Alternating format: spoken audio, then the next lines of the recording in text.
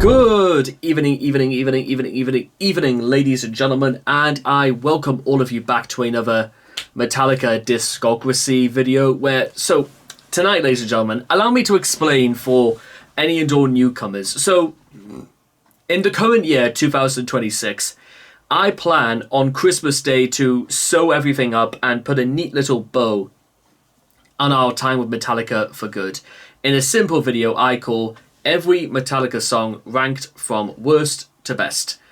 As you can imagine, fairly straightforward, all things considered. We go through all 122 plus songs of Metallica and we just see what places where. A fairly standard operation as far as we're concerned.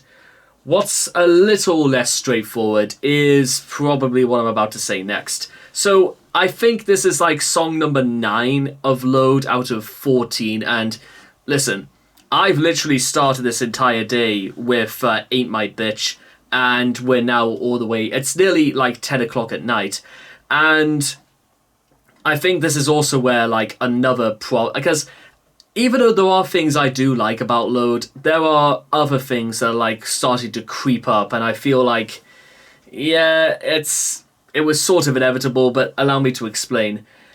I feel like, unfortunately, this album, it's starting to drag a little bit.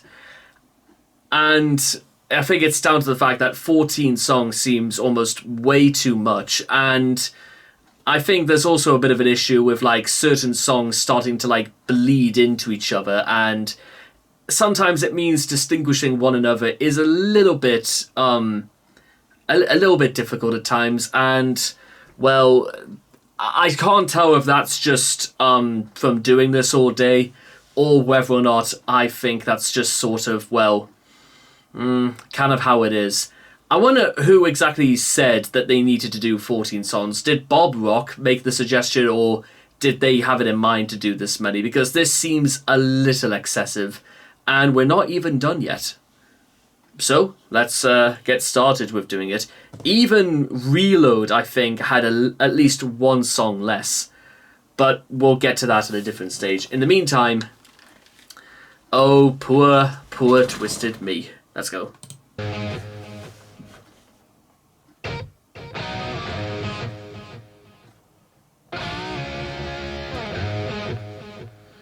Okay, this is different.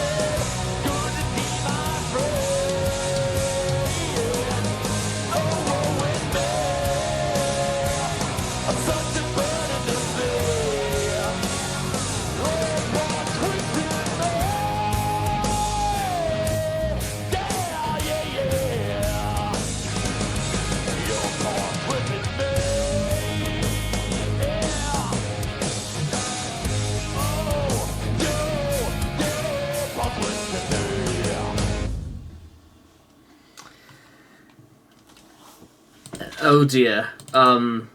Yeah, curiously enough, I explained last time in Cure how I felt like it felt like it was going on for too long. This one feels like it went on just about long enough. Oh dear. Yeah, not exactly a highlight, unfortunately. I think the problem with this one, Poor Twisted Me, is the fact that how best can I describe this? Is that I think the problem with this is that it just, well, why James sounded like he was underwater, I have no idea. The idea of him being this monster, however, is actually quite a cool idea. But to be honest, it also kind of just kind of sounds a bit like the same note over and over again. It's I think they've done a lot better than that. Yeah, that's again, to be honest, I feel like that's just about all I've got to say apart from that. It feels like they've done a bit better and kind of a bit like Metal Militia or Escape. Yeah, I could definitely say there's been better. With that being said, do I think Poor Twisted Me is like better than Escape? Probably. Yeah, actually, I think it is. And which does raise an interesting question about like a lot of the much lower ranking songs in this are all right. Actually, to be honest, they're not like the worst things. It's just you can clearly tell like things are, because that's the thing about this whole thing is that it's completely subjective, and I think there's going to be a lot of things that well, quite frankly, I will probably like, and maybe not everyone will agree, but well, that's make your own list then. That's what I have to say. And yeah, I suppose that's kind of all I think so. Yeah, I think Poor Twisted Me is better than Escape, and that's about it. Yeah, L plus ratio. Good. And I'll see all of you guys again next time. Thank you.